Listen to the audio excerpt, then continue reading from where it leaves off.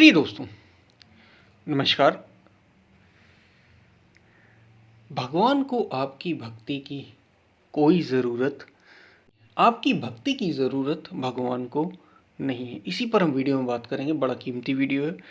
उससे पहले अगर आप चैनल पर नए हैं तो सब्सक्राइब भी करें, वीडियो को शेयर ज़रूर करें। यदि आपको पसंद आता है चैनल के मेंबर बन सकते हैं, चैनल के अब आप मेंबर भी बन सकते हैं, ज्वाइन भी कर सकते हैं। उसमें हमने गीता सीरीज़ की शुरुआत की है। आध्यात्म को और गहरे ढंग से समझने के लिए और अपने जीवन में लाने के लिए आप उससे जुड़ सकते हैं। तो जुड़ना चाहें तो ज़रूर जुड़ें। पूरा सुनेंगे तो अधिक लाभ ले पाएंगे। शेयर ज़रूर करें। हम चलते हैं अपने वीडियो की तरफ। प्रिय दोस्तों, हम भक्ति क्यों करते हैं? हम साधना क्यों करते हैं? हम ध्यान क्यों करते हैं? और विशेष रूप से भक्ति क्यों की जाती है? क्योंकि ऐसा कहा जाता है ना, भगवान की भक्ति करो, भक्ति करो, भक्ति करो, स्मरण करो, सुमिरन करते रहो। अब संतों ने तो यहाँ तक कह दिए, राम नाम अति दुर्लभा और ते नहीं काम, और कुछ काम ही नहीं। आदि अंत और युग युग रामहु से संग्राम। राम नाम अति दुर्लभा और ते नहीं काम, आदि अंत और युग युग, आदि से लेकर अंत तक और युग युग में रामहु से संग्राम। केवल राम से ही संग्राम। तो भक्ति क्यों की जाती है भाई? ये क्या कह रहे हैं और संत हमारे कि राम से ही संग्राम है? भक्ति क्यों बार बार ये कहा जाता है? इससे लाभ क्या होगा? क्योंकि भगवान की भक्ति, भगवान को भक्ति से क्या मिलने वाला है और हम क्यों करें आखिर? देखिए, भगवान को आपकी भक्ति से कुछ भी नहीं मिलने वाला, कुछ भी नहीं मिलने वाला। हाँ, लेकिन अगर आप उसकी भक्ति करते हैं, ये पता है भक्ति क्यों की जाती है? क्योंकि खास तौर से ये बार बार ये बात कही गई है भक्तिकालीन कवियों द्वारा, चाहे वो कबीर हों, रैदास हों, मीराबाई हों, तुलसीदास हों, हमारे जो संत महापुरुष हुए हैं, जब उनके द्वारा ये बात कही गई तो लोगों में अक्सर ये विचार आया कि हम करें क्यों भक्ति? क्या ज़रूरत है भक्ति करने की? ये बार बार भक्ति करो, ध्यान करो, पूजा करो, क्या रात दिन भक्ति करते रहें? तो भाई वो तो यही कह रहे हैं कि और उते नहीं काम।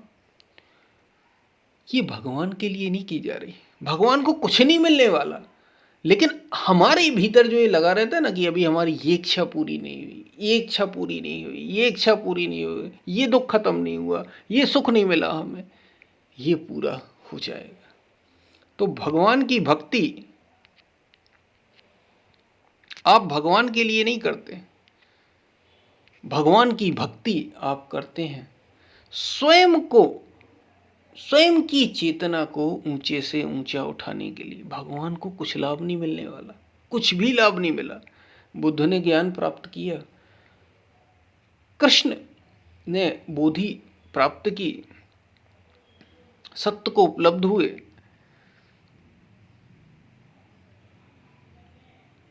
कबीर ने प्राप्त की, आदि शंकराचार्य ने प्राप्त की। सबको स्थिति मिली, सबको स्थिति मिली, यथा स्थिति सबको मिली।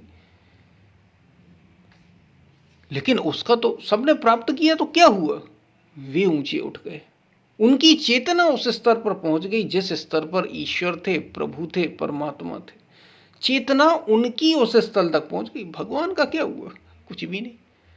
भगवान तो जैसा है वैसा ही है, अस्तित्व तो जैसा है वैसा ही है। तुम अगर उसकी शरण जाते हो, जैसे प्रकृति पार प्रभु सब और वासी, अगर तुम प्रकृति से परे की सत्ता के पास जाते हो तो तुम भी प्रकृति के पार हो जाओगे। इन तीन गुणों ने जो बांध रखा है, कौन से तीन गुण? सतोगुण, रजोगुण और तमोगुण। ये तीन गुण हैं जिससे मनुष्य बंधा हुआ है, उसकी प्रकृति बंधी हुई है। इन तीनों गुणों से तुम भी पार हो जाओगे अगर उसकी शरण में जाते हो। ये लाभ है उसकी शरण में जाने से।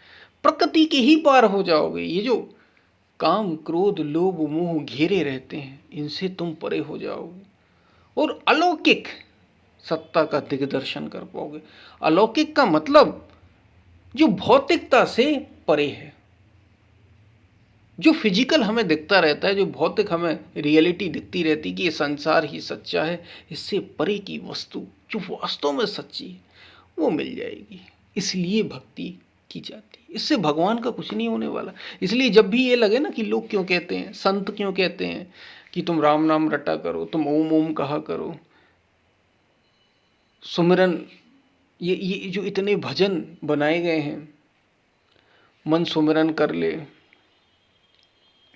सांसों की माला में सुमरूं मैं तेरा नाम, भगवान का नाम सांसों की माला में सुमरो, भगवान का भजन करो, ये कहा जाता ना खास तौर से उत्तर भारत में, विशेष रूप से दक्षिण भारत में भी है। भगवान का भजन करो, भगवान का भजन करो, ईश्वर का चिंतन करो, रात दिन चिंतन करो, ध्यान करो, ध्यान धरो उसका। इससे भगवान का कुछ नहीं होने वाला। इस पर जरा अपना विचार क्लियर कर लेना, और अगर किसी का कुछ गड़बड़ है तो उसे भी ये बता देना कि इससे उसका कुछ लाभ नहीं होने वाला, ना उसे कुछ, तुम करो या ना करो उसकी कुछ भी हानि नहीं होना, तुम करो या ना करो उसका कुछ भी लाभ नहीं होना। ये तो तुम्हारे लिए है, तुम बड़े ऊंचे से ऊंचा जीवन जी सकते हो, तुम जन्म मृत्यु से परे का अनुभव, सत्य अनुभव कर सकते हो। ये तुम्हारे लिए है, ये तुम्हारे लिए है, तुम सत्य का अनुभव कर सकते हो। ये तुम्हारे लिए है, ये उनके लिए नहीं, ये तुम्हारे लिए। भगवान का कुछ भी नहीं होने वाला, ना तो उसका कुछ तुम बना सकते हो, ना तुम उसका कुछ बिगाड़ ही सकते हो।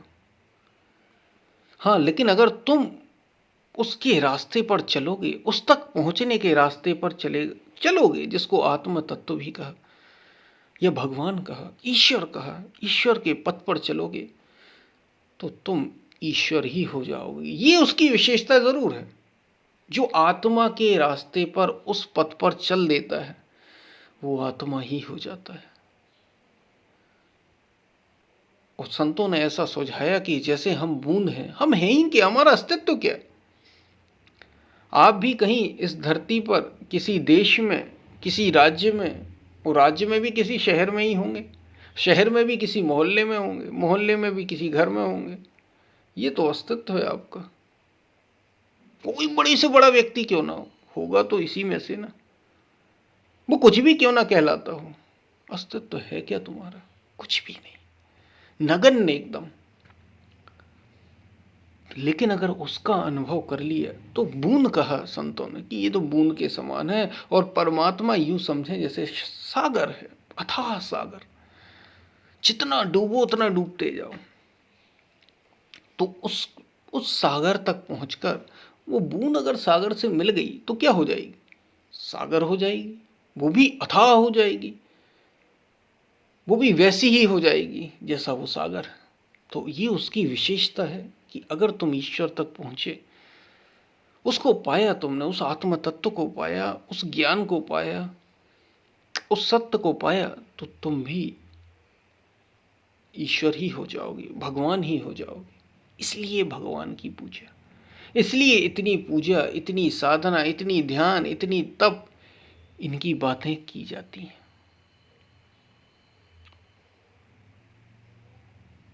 तुम जो चाहोगे वो सब पूरा होगा अगर वो तुम्हें मिल गया। ये बात है, इसलिए सब कुछ इतना हम देखते हैं संसार में, दुनिया में, और ख़ास तौर से हिंदू धर्म में, ये सभी धर्मों में, कि भगवान की पूजा करो, आराधना करो। भारतवर्ष में तो विशेष रूप से कहा जाता है, एक पूजा पद्धति ही है जो आपको शायद वेस्टर्न कंट्रीज में, पश्चिम के देशों में नहीं मिलेगी।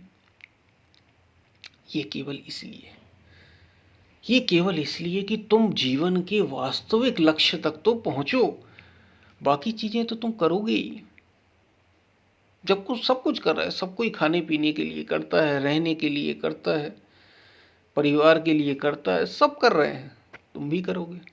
लेकिन सब इस तक नहीं आ रहे जो उनका सत्य है। तुम इस तक पहुंच जाओ, बस यही उद्देश्य है, बस यही जीवन का उद्देश्य है। तुम इस तक पहुंच जाओ, यही संतों का मूल उद्देश्य है, तुम्हें यहां तक पहुंचा देना, अगर वो पहुंचा सकते हैं तो।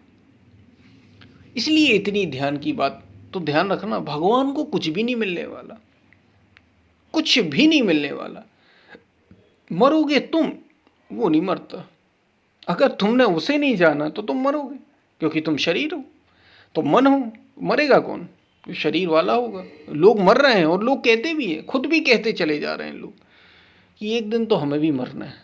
सब जानते हैं, भले अच्छे से जानते हैं, अरे एक दिन हम भी नहीं रहेंगे, और क्या, मर जाएंगे, और क्या। अरे तुम मरते नहीं, ये ज्ञान है। यही तो ज्ञान का उद्देश्य है, ये तुम्हें बता देना कि तुम मरते ही नहीं, तुम्हें दुख होता ही नहीं, तुम्हें कष्ट होता नहीं, क्योंकि तुम वही हो, तत्वमसि, तुम वही हो। ये ज्ञान है, ये अनुभूति कराना। तो ईश्वर को कुछ भी आपकी भक्ति से मिलने वाला नहीं, लेकिन तुम उसकी भक्ति करके वैसे ही हो जाओगे।